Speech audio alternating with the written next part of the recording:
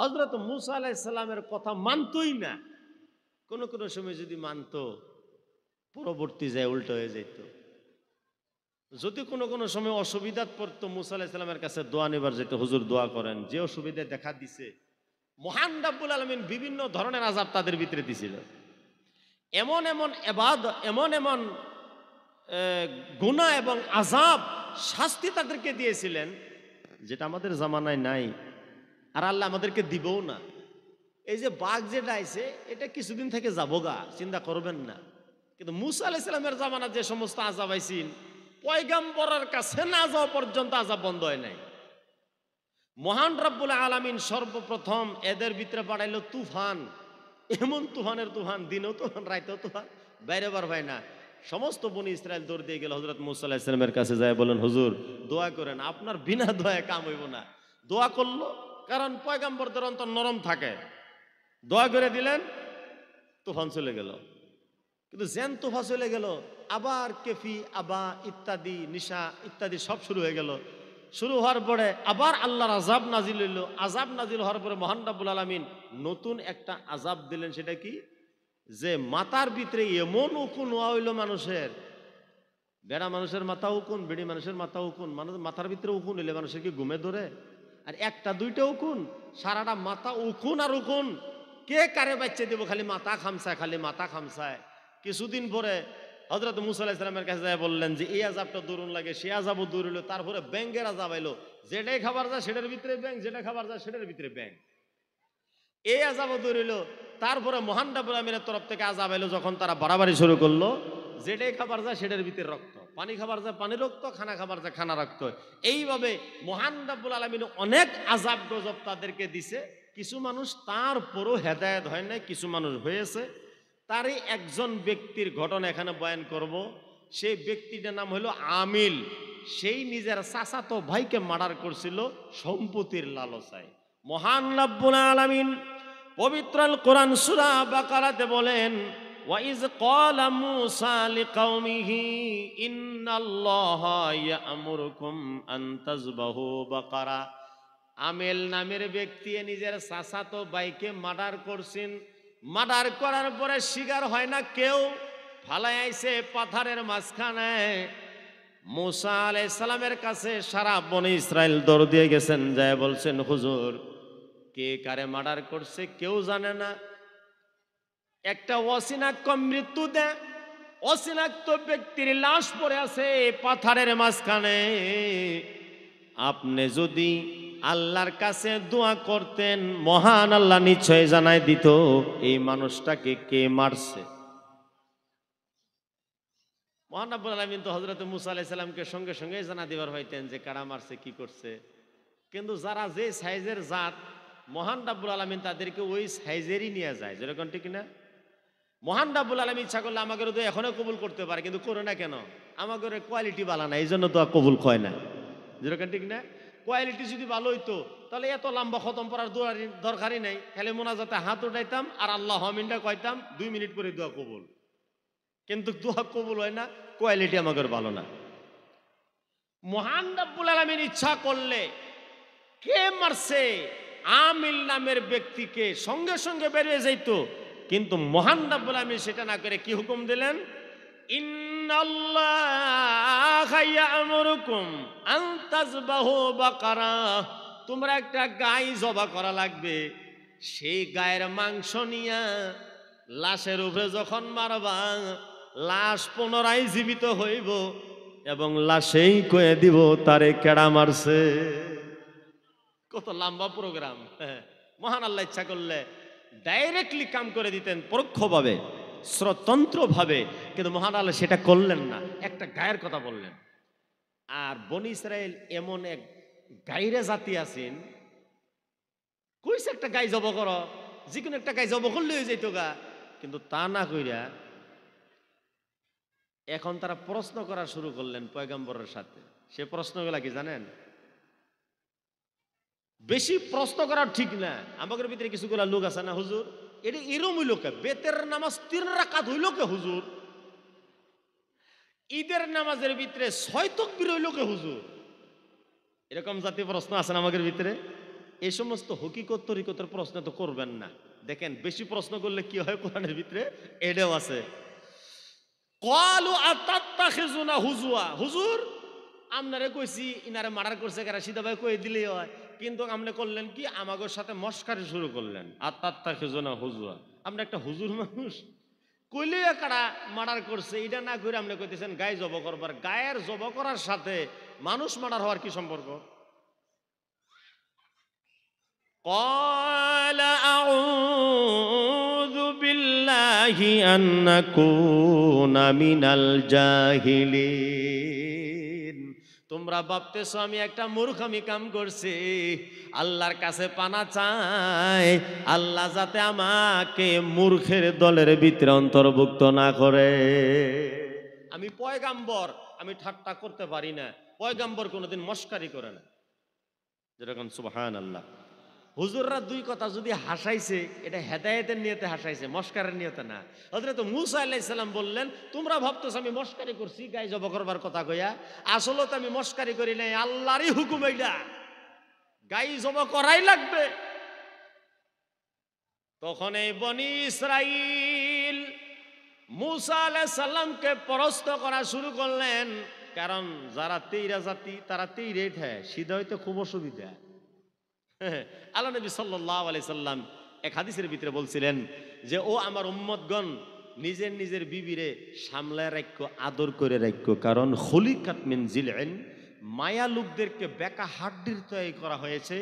এদের সাথে যদি খুব অন্তরঙ্গ করতে চাও যে 100% তোমার খেদমত করুক, কিয়ামত পর্যন্ত করবো না, একটু না একটু বেকা থাকবোই, কারণ তৈরি করা হয়েছে বেকা হাড্ডি দিয়ে। গতিকে কোনোদিনও ভাববো না যে আমার বউ একেবারে স্পেশাল বউ, আমার বউয়ের ভিতরে কোনো খুঁট নাই, নাই দোষ নাই, এটা একেবারে মিশা কথা। কোরআনে কইছে মিশা কথা, হাদিসে কইছে মিশা কথা। কেউ বলতে পারবে না যে আমার বউ একেবারে 100% আমার ভক্ত। কোনবা দিন তো এরমি করছেই, যেরকম করছে না নাই। যত বড় হুজুরের বউ হোক, যত বড় পয়গাম্বরের বউ হোক, কারণ ইনারা বেকা হাড্ডির তৈরি, একটু হইলেও তো এরামি করবেই। যতই হেদায়েত করেন বানাত মাদ্রাসায় দেন, কাম হবো না। নবী বলছেন যদি কাম হবো না তাহলে এর তো একটা সলিউশন আছে, যেরকম আছে না নাই? হ্যাঁ, এর সলিউশন হলো উসকে সাথ আচ্ছা ব্যবহার করো। যদি তোমার ভালো খেদমত নেওয়ার ইচ্ছা আছে তাদের সাথে হাসি মুখে কথা কও, মুখ বেখা দেরা কইরো না, রাগ গুসা করো না, কারণ তোমরা নিজের বিবির সাথে রাগ গুসা করে পাইবা না, যত বড় দারোগাই হও না কেন, যত বড় পালোয়ানি হও না কেন। এই সমস্ত ট্রাই করা শেষ আমার।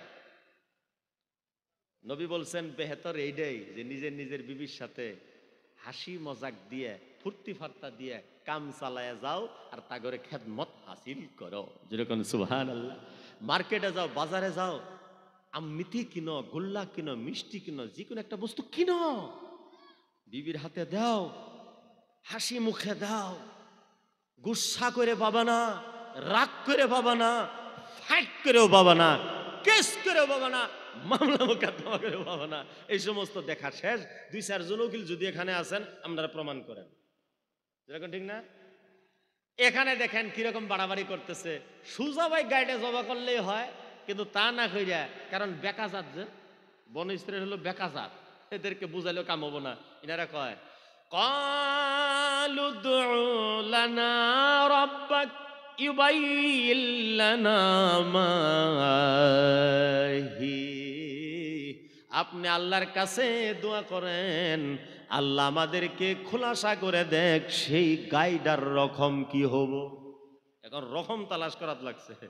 সিধাবে একটা কালা দলা গায়ে জব করলে হইতো, ল্যাংড়া গায়ে জব করলে হইতো, কানা গায়ে জব করে দিলে হইতো, কিন্তু তা না করে কয় গাইডার কোয়ালিটি কি, কালার কি, রং কি। হুজুর ধরেন থোড়া থোড়া মজাকও করতেছে আর কি।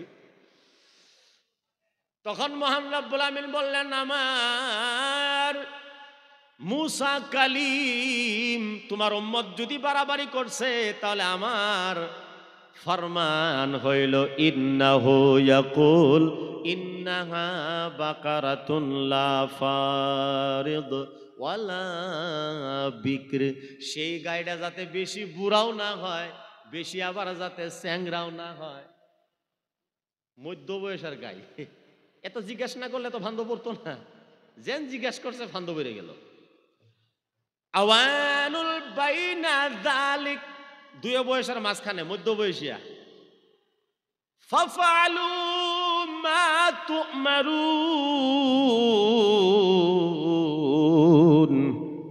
যা হুকুম দেওয়া হয়েছে তা তোমরা কইরা লাও।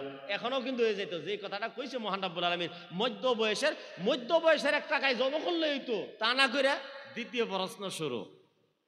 ক্বালু দু'উ লানা রাব্বাক ইউবাইয়িন লানা মা লাউনুহা, জানলাম কোন বয়সের, কিন্তু কালার তো কইলেন না। প্রশ্ন করতেছে আর ফান্দ পড়তেছে, এই জন্য এত প্রশ্ন নাই। মহান রাব্বুল আলামিন আমাকে হুকুম দিছে, আমি হুকুম পালন করব। কিয়ামতের দিন মহান রাব্বুল আলামিন সেই হুকুমের প্রতিদান দান করব। যেরকম সুবহানাল্লাহ। দোয়া করেন আল্লাহর কাছে সেই কায়দার কালার কি হবে, রং। মহান আল্লাহ রাব্বুল আলামিন বললেন, যদি কালার জিজ্ঞেস করছে তাহলে কয়ে দাও, ইন্নাহু ইয়াকুল ইন্নাহা বাকারাতুন সাফরা, হলদা কালারের গাই, হলুদ কালারের গাই। ফাকিউল লাউনুহা, চমকিলা কালার, যাতে চোখ কেড়ে নেয়, এরকম হলুদ যাতে চোখ কেড়ে নেয়। দেখছেন না প্রশ্ন করার পরে কিরকম ভাবলেন। এখন এই কোয়ালিটির গায়ে কোন মার্কেটে তালাশ করবার যাব, কত একটা ফান্দের ভিতরে ভাইসে যাইতেছে। তাসহুরুন নাযিরিন, মানুষ দেখে যাতে মানুষের চোখ খুশ হয়ে যায়।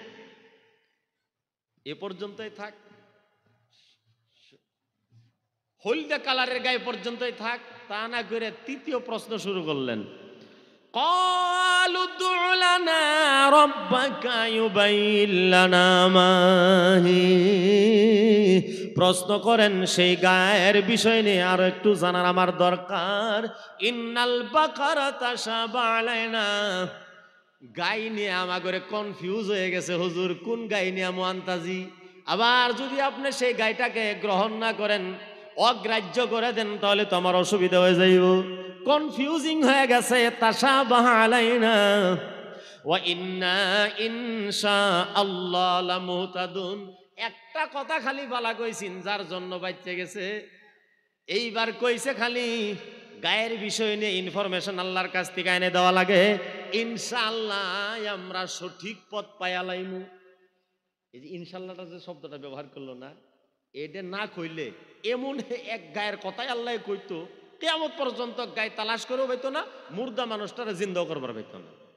কিন্তু ইনশাআল্লাহ কই বেঁচে গেছে। এই জন্য হাদিসে পাওয়া গেছে, যে কোনো কথা বলবেন ইনশাআল্লাহ কবেন, যেরকম সুবহানাল্লাহ।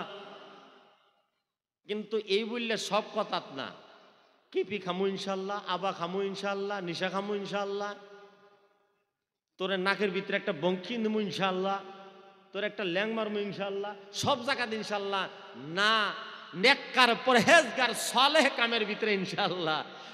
এই দলে বনি ইসরাইলের কওমে মুসা আলাইহিস সালামের সম্মুখে ইনশাআল্লাহ কয়ে বাচ্চা গেছে। না হইলে কালারের কথা তো কইছেই, বয়সের কথা তো কইছেই, এইভাবে এমন এক গায়ের কথাই এইতো 1000 কোয়ালিটি দিত, সেই গায়ে তালাশ করে পাইতো না কিয়ামত পর্যন্ত, আর সেই নিয়ত সিদ্ধি হইতো না। জানাক ইনশাআল্লাহ বললেন, ক্বালা ইন্নাহু ইয়াকুল, মহান রাব্বুল হাবিব সঙ্গে সঙ্গে ইনফরমেশন দিলেন, ইন্নাহা বাকারাতুন লা যালুল, সেই গাইটা যাতে কাম করা না হয়, যাতে পর খাওয়া না হয়। পর খাওয়া বলছেন তো, কিছুগুলো বলদ যে পর খাওয়া থাকে, গায়ে পর খাওয়া থাকে, লা যালুল, পর খাওয়া যাতে না হয়। তুসিরুল আরদা, যে গাই দিয়ে হাল বোয়াইছে ওই রকম গাই যাতে না হয়। ওয়ালা তাসকিল হারসা, আর যে গাই দিয়ে পানি টানছে, পানি সিঁচাইছে, সেই গায়েও যাতে না হয়। মুসাল্লামাতুন, একেবারে পিওর হয়, ক্লিন হয়, শরীরে যাতে একটা দাগও না থাকে। লা শিয়াতা ফিহা, একটা দাগ থাকলেও আল্লাহ কবুল করব না। এখন এই 3 পর্যন্ত মহান রব্বুল আলামিন শেষ করে দিলেন, কারণ ইনশাআল্লাহ কইছিল, যার কারণে মহান আল্লাহ বললেন আর শাস্তি দেব না। ইনশাআল্লাহ যদি না কইতো তাহলে আমি তাদেরকে আরো ফাঁসাইতাম, কারণ আপনারেও মানে না, আমি আল্লাহরেও মানে না। এই জাতি কওমেরে আমি আল্লাহ শাস্তি দিব না তো কি করব। এই জন্য আমি তাদেরকে রেহাই দিলাম ইনশাআল্লাহ কোয়ার জন্য। এখন গায়ে তালাশ করার লাগিয়ে গেল, এই গাড়িটা কই আছে, কিন্তু আল্লাহর হুকুম দেখেন